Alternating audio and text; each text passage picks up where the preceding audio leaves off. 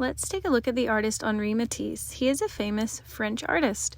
He's famous for his bright and colorful paintings. Lots of artists during his time were using more neutral colors, not really bright colors like we see here. He's also a famous sculptor and also famous for paper cutouts, where he cut out all different kinds of shapes and put them together to create a composition, which is what we're going to be doing today. First of all, let's talk about shapes. Here I am cutting out a special kind of shape called geometric.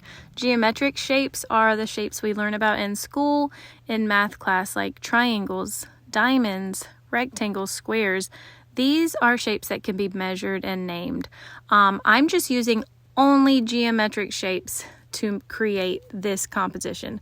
Today we're going to learn about composition, not just shape. So composition is the arrangement of different elements on your paper. So arranging your shapes. Here's a second kind of shape we're going to learn about today. These are called organic shapes. Organic shapes are more natural.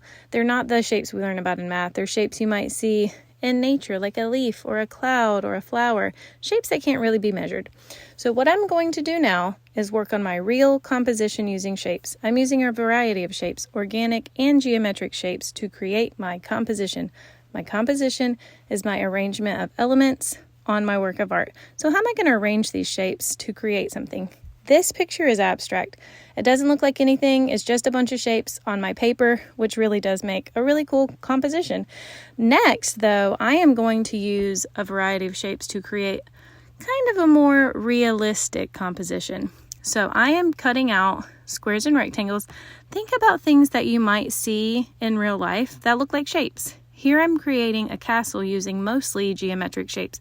Geometric shapes are in a lot of man-made things like buildings or castles, because we can create more perfect shapes like these. But in nature, in a coral reef or outside where we might see a tree, you might be making more organic shapes if you choose to create something from real life in your paper cutout collage. Here I'm working on gluing. Make sure you use plenty of glue anytime you're doing a paper cutout or a collage like I'm doing here. And think about, what do you want to create? What do you want to use your shapes for today? And let's get started.